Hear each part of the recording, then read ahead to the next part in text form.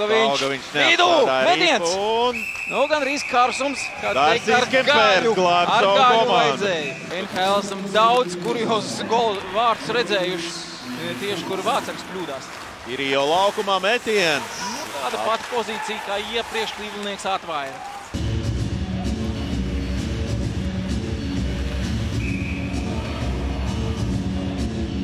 Varbūt šoreiz. Meklēt Labi, piespēli Zīle! Zīlē. Šāviens.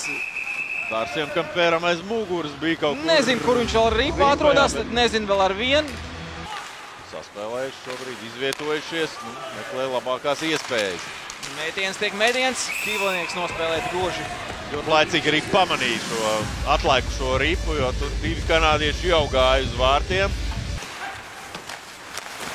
Ātrs mētiens. Šeit bija rikošets vārtu priekšā mētiens, vēl vienreiz mētiens. Man liekas, Henrikam trāpīja ripa pa seju. Man liekas, tas savam spēlētājiem. Pa seju, un tas bija tas rikošets, tas jocīgais rikošets. Tagad mūsējiem ātri jāiet zonā, lai paspētu vēl uzmest. Sākos mētiens. Jā, Indrašs mētiens vārti! 1 sekunda, pusotru sekundi līdz beigām. Miks Indrašs pēc teicams piespēles atklāja šīs spēles rezultātu un realizē skaidlisko vairākumu. Ātrs pretuzbrukums, skaidrs, ka laika nebija daudz. Ķēniņš iegājis zonā, precīza piespēle. Kanādiešu izlases spēlētājs mēģināja pārtvert ripu, tāpēc bija nepareizā pozīcijā. Šeit Indrašs ar vēl iepauzēja un teicams pēdējiem metiens. spēkiem, jāsaka tā, metiens seko. Un ripa teicams, izsprūk starp kājsargiem. 1-0 Latvijas labā. Ir ātri spēlētāji, jauni spēlētāji. Nu šeit varbūt izdosies moments. Dzierkals, Indrašs, jāmet iekšā! Freibergs nespēja noslēgt šo brīnišķīgo kombināciju. Ļoti ātrs pretuzbrukums Latvijas izlases izpildījumā. Ļoti gudra piespēle. 1, 2, 3 un Vācars jau bija uz Kumpers nolikts uz vēdera. Rauls Freibergs nepaspēja uzcelt ripiņu šeit augšā. Nu nedaudz pietrūka mūsu spēlētājiem. Dzierkals par ripu. Un šeit labi izspēle vārtu priekšā. Ķēniņam bija fenomenāla iespēja pie vārtu stūra. Vārtī!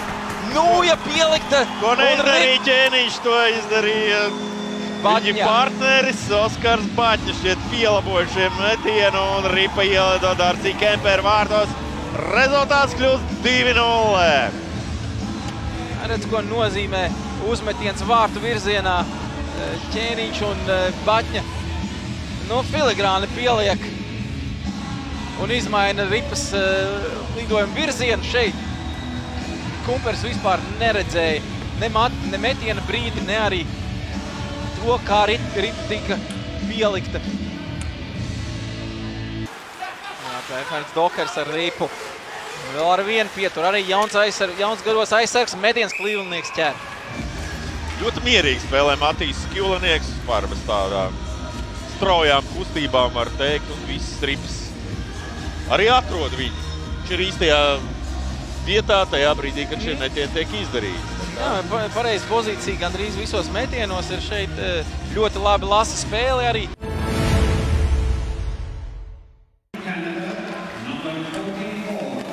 Labi izspēle. Uz vārtu priekšu Roberts.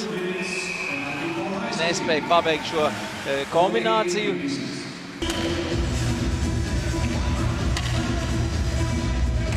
Krasnbergs pazaudē nulli. Tā varētu būt problēma, bet labi, ka mums Klīvlinieks tver ripu un nav atkārtota metiena.